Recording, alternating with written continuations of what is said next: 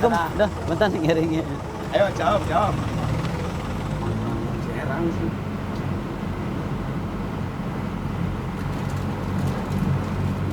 Bismillahirrahmanirrahim. Assalamualaikum warahmatullahi wabarakatuh.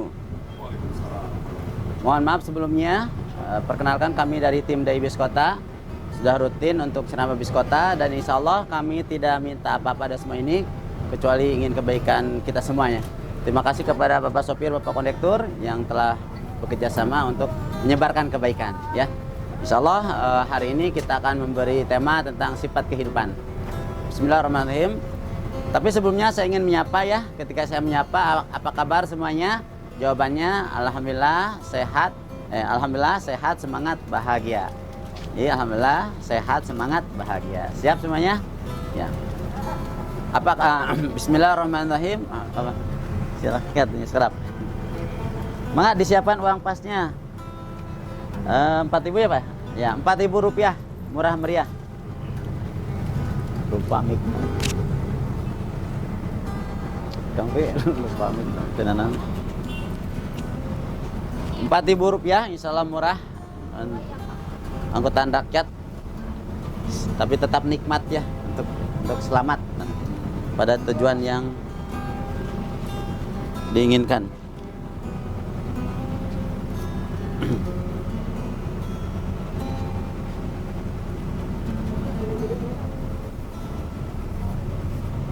Ya, 4.000 rupiah. Kalau ada uang pas, kalau enggak mungkin kembali 1.000 ya. Ya, saya lanjut lagi. Bismillahirrahmanirrahim. Assalamualaikum warahmatullahi wabarakatuh. Para penumpang semuanya, apa kabar siang ini? Alhamdulillah sehat, semangat, bahagia. Insya Allah semoga kita semua dalam keadaan sehat dan selalu bahagia ya. Saudara semuanya, sejauh-jauhnya suatu perjalanan, selama-lamanya suatu perjalanan, tentu pada akhirnya akan sampai pada tujuan. Betul? Insya Allah. Nah, tentu dalam perjalanan itu ada jalan yang naik, ada jalan yang turun ya. Ada jalan yang mulus, ada jalan yang rusak. Tapi sekali lagi, semua itu harus kita hadapi. Semua itu harus kita hadapi karena kita sedang melakukan perjalanan ya. Dan lama kelamaan ya pasti akan sampai pada tujuan. Nah, inilah kehidupan ya, kehidupan dunia. Kita seolah-olah melakukan suatu perjalanan yang jauh, seolah lama ya. Tapi sekali lagi pada suatu saat akan sampai pada tempatnya. Nah, tentu dalam perjalanan di dunia ini kita ingin selamat, betul? Selamat dan bahagia dalam menjalaninya, tidak gelisah, tidak stres. Nah, bagaimana supaya kita dalam menjalani perjalanan hidup di dunia ini kita selamat dan bahagia sampai pada tujuan, ya. Jadi bahagia ketika menjalaninya dan selamat serta bahagia setelah sampai pada tujuan. Salah satunya adalah kita harus mengetahui sifat kehidupan, ya, sifat kehidupan. Nah, apa saja sifat kehidupan yang harus kita pahami sehingga kita bisa menikmati hidup ini dan selamat? Yang pertama adalah sifat kehidupan, hidup ini ada dibatasi oleh waktu. Nah, sekali lagi, hidup adalah dibatasi oleh waktu. Kita sadari ya, hidup kita 24 jam, sama semuanya. Ya, mungkin kita di kendaraan ini ada yang 5 menit, 10 menit, sejam, dibatasi waktu. Kita makan mungkin 10 menit, 8 menit dan sebagainya. Kalau kita beribadah misalnya sholat mungkin tidak lebih dari 5 menit ya. Bekerja 8 jam. Kita dibatasi oleh waktu ya.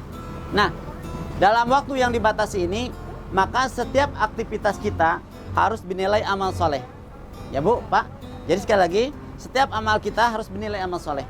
Rugi kita ya, waktu yang kita habiskan ternyata sia-sia.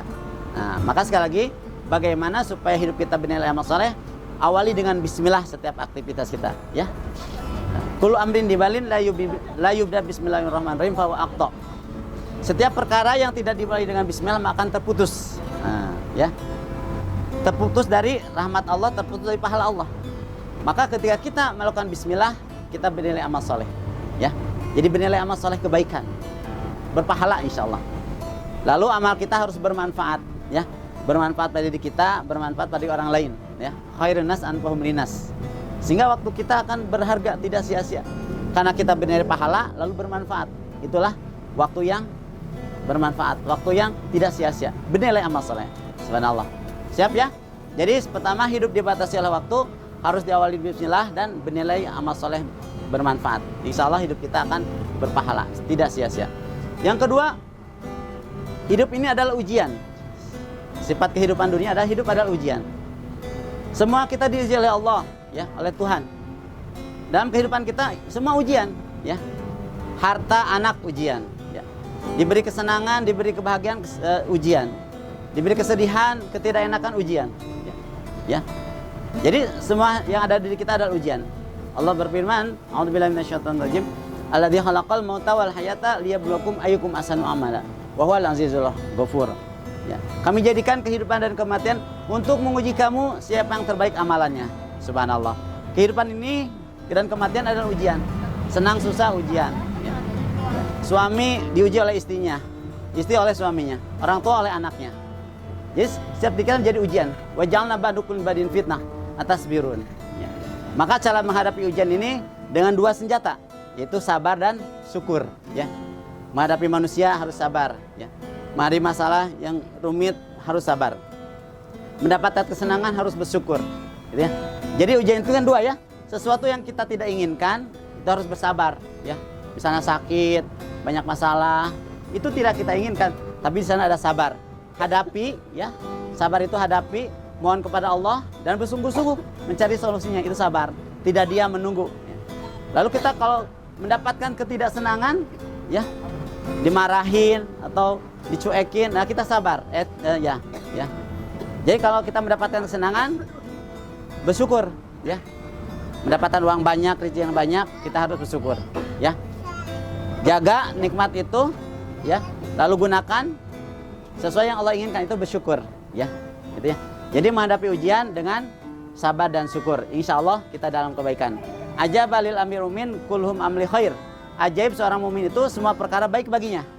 Diuji dengan kesenangan dia bersyukur, diuji dengan ketidaksenangan dia bersabar. Semua baik baginya. Subhanallah. Tidak ada yang rugi bagi orang beriman. Yang ketiga, sifat kehidupan adalah hidup ini adalah perjuangan, ya. Jadi sekali lagi, hidup ini adalah perjuangan, ya. Berjuang adalah mencapai sesuatu yang kita inginkan, ya. Seorang anak mengejar cita-citanya perjuangan. Orang tua ingin menjadikan anak-anaknya soleh solehah, itu perjuangan. Kita bekerja, seorang ayah mencari nafkah, itu perjuangan. Subhanallah. Maka sekali lagi, mangga ibu.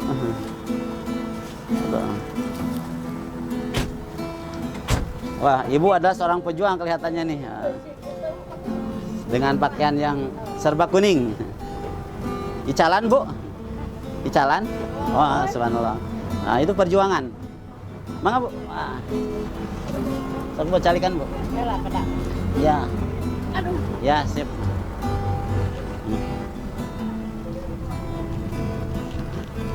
Ya, jadi semuanya perjuangan. Seorang ibu barusan membawa barang dagangan, itu perjuangan. Itulah perjuangan, ya. Maka dalam berjuang, sekali lagi harus fisabilillah di jalan Allah, ya, dalam kebaikan, ya. Ya, kebaikan untuk menafkahi keluarga, untuk menafkahi anak istri, itu perjuangan, ya. Lalu perjuangan harus ada pengorbanan, itu yang paling penting, ya. Berjuang tanpa berkorban sia-sia, ya. Bang Roma mengatakan perjuangan dalam kehidupan, nah harus ada pengorbanan, nah gitu ya. Jadi perjuangan harus ada pengorbanan, ya. Jadi kalau kita bersungguh-sungguh, lalu karena Allah dan berkorban, insya Allah perjuangan akan tercapai, ya. Dan berapa pahala tentunya. Siap ya? Itu yang ketiga. Sekali lagi saya ulangi, hidup adalah dibatasi waktu, hidup adalah ujian, hidup adalah perjuangan. Yang keempat, hidup adalah pilihan. Nah, hidup ada pilihan, ikhtiyarun, ya. Kita hidup dihadapkan dengan berbagai pilihan, betul bu, pak? Dari bangun tidur sampai tidur kembali kita memilih. Ibu-ibu mau ke pasar pakai baju apa, memilih, ya. Hidup ini ada pilihan, ya. Maka memilih harus ada dua supaya tidak menyesal. Pertama, memilih dengan ilmu, ya. Yang kedua, memilih dengan istikharah, mohon petunjuk Allah. Karena banyak orang memilih dengan nafsu, ya, terburu-buru, ya. Asal enak, asal senang dipilih langsung. Ternyata menyesal akhirnya. Nah, jadi sekali lagi hidup ini pilihan, maka mari memilih dengan ilmu, dengan mohon petunjuk Allah, ya. Surga dan neraka itu pilihan, ya. Bahagia menderita kadang itu pilihan, ya. Kalau ingin ke surga, maka ini pilihannya, harus ibadah, ya. Jadi semua memilih. Faman syafal yu'min wa man syafal yakfur. Beriman dan kufur pun itu pilihan. Terserah kita hidup ini, ya. Mau apa? Cuman resiko ditanggung sendiri, ya. Kalau pilihan kita salah, kita sendiri yang rugi. Kalau kita pilihan benar, insya Allah kita akan bahagia. Maka sekali lagi dalam memilih dengan ilmu dan dengan wahyu, dengan mohon petunjuk Allah. Tidak dengan nafsu atau dengan terburu-buru, gitu ya. Itu yang keempat. Yang terakhir, saya ulangi supaya hafal, ya. Hidup dibatasi waktu, hidup ujian, hidup perjuangan, hidup pilihan. Yang kelima adalah hidup adalah perlombaan, musabaqah, ya. Sabiqu ila magfiratin min rabbikum wa jannatin aduha kadis samawati wal ardh uiddatil muttaqin. Nah, sabiqu, berlomba-lombalah, ya. Bahkan di ayat lain wasari'u, bersegeralah. Jadi saudaraku semuanya, hidup ini adalah perlombaan. Cuman kadang-kadang kan kita itu berlomba mengejar dunia, mengejar materi. Ternyata dalam Al-Quran disebutkan berlomba itu ada dua. Sabiqu ila magfirah, berlomba-lomba mencapai ampunan Allah. Dan berlomba-lomba wa jannatin arduha kadis samawati wal ardh, berlomba-lomba mencari surga Allah. Subhanallah, ya. Jadi dua yang harus kita perlombaan, mendapat ampunan dan mengejar surga Allah, ya. Ridho Allah di sana, ya. Dan mengejar surga Allah itu semua aktivitas kita, ya. Kalau niatkan semuanya karena Allah, insya Allah kita itu menuju surga Allah, ya. Kita bekerja di awal bismillah, ibadah mencapai surga Allah, ya. Kita bekerja, ibu-ibu mengurus rumah tangga, itu mengejar surga Allah, ya. Mohon ampunan Allah, ya. Jadi apapun aktivitas kita, kalau niatkan karena Allah, itu kebaikan, itu dalam rangka mengejar ridho dan surga Allah, maghfirah Allah. Jadi hidup ini insya Allah tidak ada yang sia-sia kalau semuanya karena Allah, gitu, ya. Nah, itu saudaraku semuanya, sekali lagi saya simpulkan, hidup bagaikan perjalanan, seolah jauh, lama, tapi akan sampai pada tujuan. Maka sekali lagi, pahami sifat kehidupan sehingga kita bisa menikmati hidup ini dan selamat sampai tujuan. Sekali lagi, hidup dibatasi oleh waktu. Mari yang terbatas ini harus bernilai amal soleh, ya. Awali dengan bismillah, ya, dan bermanfaat waktu yang kita lakukan. Yang kedua, hidup adalah ujian. Mari hadapi dengan syukur dan sabar. Insya Allah tidak ada yang sia-sia. Semuanya bermanfaat. Ketiga, hidup adalah perjuangan. Mari berjuang harus karena Allah, berjuang sungguh-sungguh dan berjuang dengan pengorbanan. Insya Allah kita akan mencapai apa yang kita inginkan. Hidup adalah pilihan. Mari memilih harus karena ilmu dan karena pohon petunjuk, bukan karena nafsu dan terburu-buru, ya. Kalau pilihannya karena ilmu dan mohon petunjuk Allah, insya Allah kita tidak akan menyesal. Hidup adalah perlombaan. Mari kita berlomba dalam kebaikan. Kita berlomba mencapai ridho Allah, surga Allah, dan ampunan Allah. Dan hidup ini adalah menuju Allah, menuju surga Allah. Terima kasih, mudah-mudahan ada manfaatnya. Burung irian, burung cendrawasih, cukup sekian, terima kasih. Sendirian tidak punya kekasih, cukup sekian tidak, dan terima kasih. Terakhir, kecisitu buli kue sakit kue. Assalamualaikum warahmatullahi wabarakatuh. Mohon maaf, semoga bermanfaat.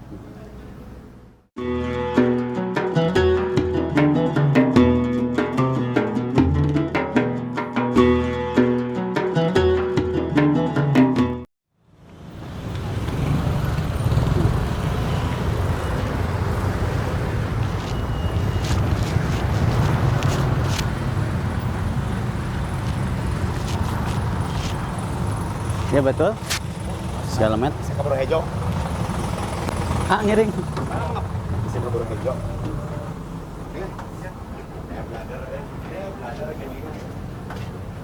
Sebangsa dan setanah air.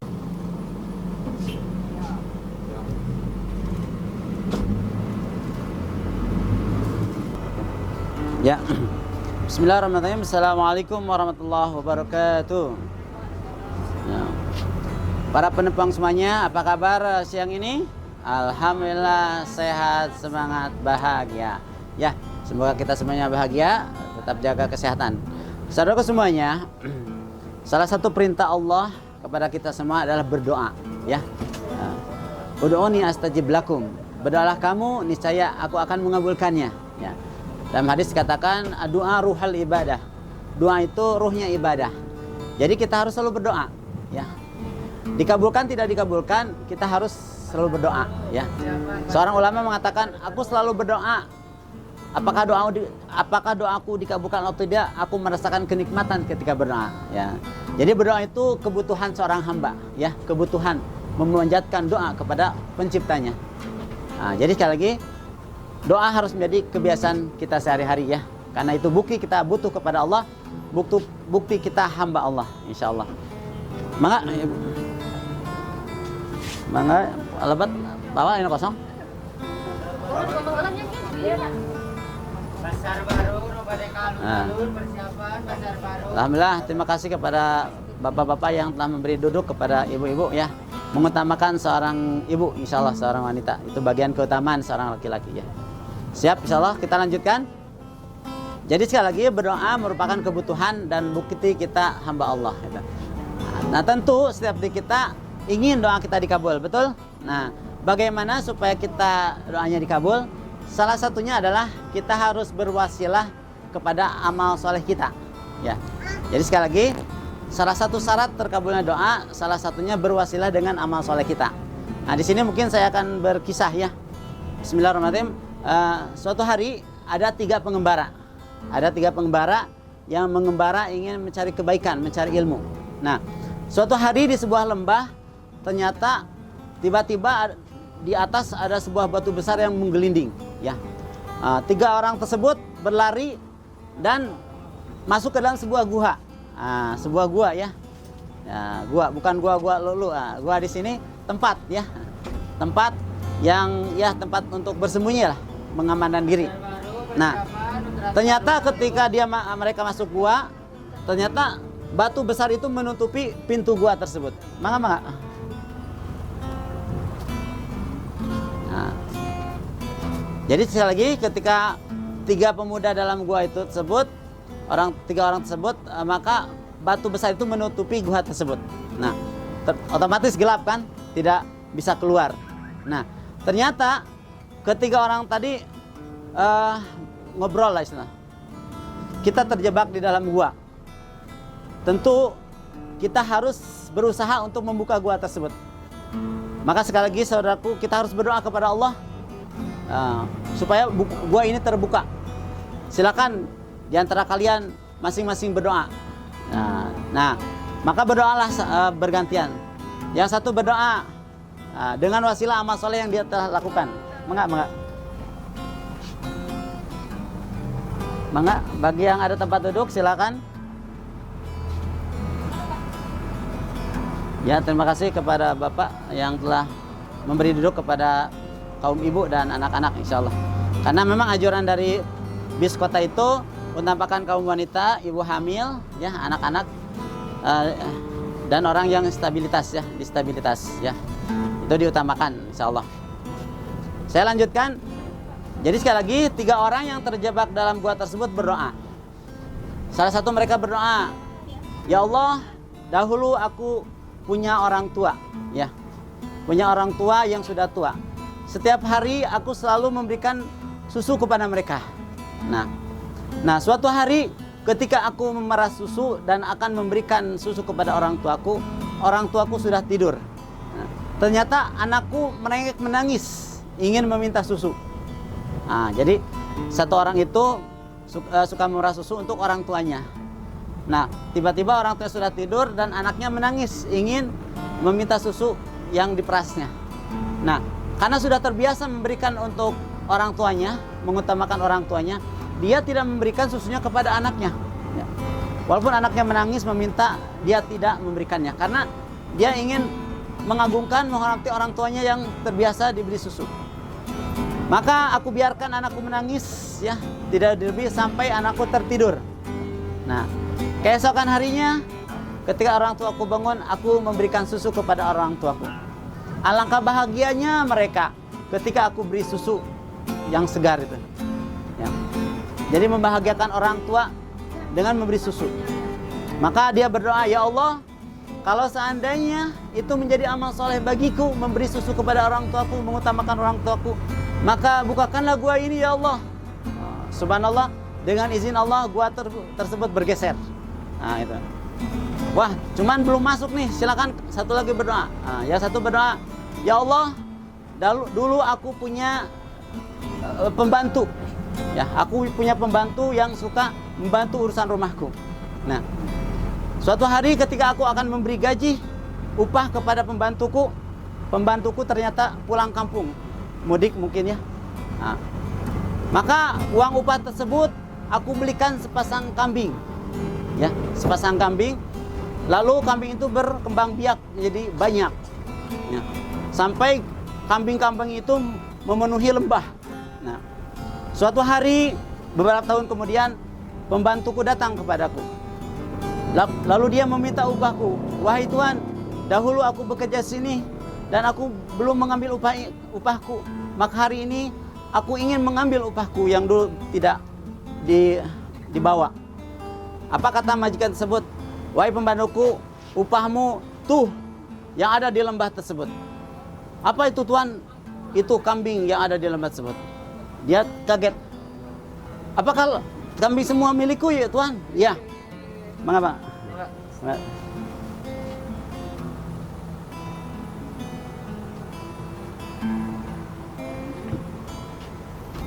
Ya itu. Jadi si majikan tersebut mengatakan bahwa upahmu adalah kambing yang ada di lembah tersebut. Pembantu itu kaget. Wahai Tuan, apakah ini benar? Nah, saya tidak percaya. Apakah semua itu milikku? Ya. Upahmu aku berikan sepasang kambing dan kambing itu aku kembang biakan menjadi banyak. Wahai Tuan, terima kasih banyak. Kau telah memberi upah yang tidak kuduga-duga. Nah, orang tersebut mengatakan, ya Allah, kalau semua itu menjadi amal soleh bagiku, maka bukakanlah gua ini.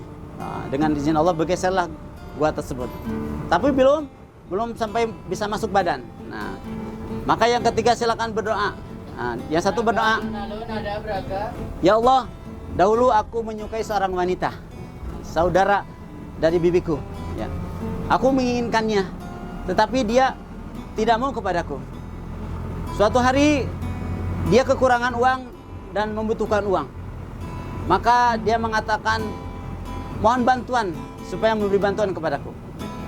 Maka aku pun memberi bantuan kepada dia dengan syarat dia mau melayaniku. Nah, mangga.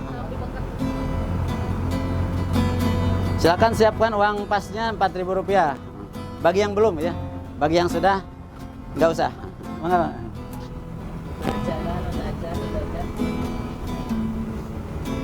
Jadi singkat cerita, yang ketiga ini dia menginginkan seorang wanita, tapi dia tidak mendapatkannya. Nah, dia akan mendapatkannya dengan cara diberi uang pinjaman untuk membantu kehidupannya, asal dia mau melayaniku. Nah, ketika mau terjadi perbuatan maksiat tersebut, wanita tersebut mengatakan, apakah engkau tidak takut pada Allah? Aku pun kaget, terperanjat, dan aku pun meninggalkan wanita tersebut karena takut kepada engkau. Ya Allah, kalau seandainya semua itu menjadi amal soleh bagiku, maka bukakanlah gua ini. Maka dengan izin Allah, terbukalah gua tersebut. Maka ketika pengembara tersebut bisa keluar dalam gua. Allahu Akbar. Subhanallah. Jadi saudara semuanya, salah satu syarat terkabul doa adalah berwasilah dengan amal soleh kita. Nah, ternyata amal soleh yang menjadikan terkabul doa 3 dari kisah tersebut. Pertama, menghormati orang tua, mengutamakan orang tua, memuliakan orang tua. Untuk itu saudaraku, mari bagi yang masih ada orang tua, muliakan, bahagiakan orang tua. Karena orang tualah yang menyebabkan doa-doa kita akan terkabul. Bahkan orang tua adalah surga kita semuanya, ya. Jadi sekali lagi, surga ada di telapak kaki orang tua kita, bahkan ibu kita. Maka sekali lagi, jangan kecewakan orang tua, jangan melawan pada orang tua, jangan membantah orang tua, bahagiakan mereka. Apalagi yang sudah tua, muliakan, bahagiakan, ya. Doakan orang tua, dan amal soleh kita kepada orang tua, insya Allah sarana terkabulnya doa. Yang kedua, memberi hak kepada orang lain, ya, memenuhi hak orang lain. Mungkin di sini ada yang rumahnya ada pembantu atau orang-orang yang sekitar kita, berikan haknya. Jangan mengambil hak orang yang menjadi haknya. ya. Berikan haknya, insya Allah itu bagian amal soleh kita. Mengapa? Lanjut. Ya gitu ya. Jadi salah satu terkabulnya doa adalah memenuhi hak orang sekitar kita. Ya. Jangan merebut hak orang lain. Ya. Itu salah terkabulnya doa. Dan yang ketiga, supaya terkabul doa kita, amal soleh kita adalah menjauhi maksiat. Ya, jauhi maksiat, berzina, mencuri, mabuk, dan berbagai kemaksiatan itu bisa menghambat terkabulnya doa kita.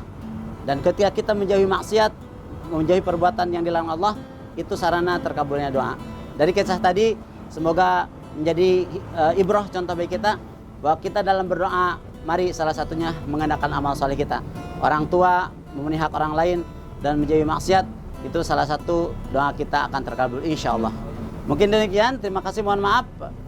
Buah durian, buah mangga, cukup sekian, semoga tetap bahagia. Karena ada Iblis Kota mengajak untuk bahagia. Terima kasih, assalamualaikum warahmatullahi wabarakatuh.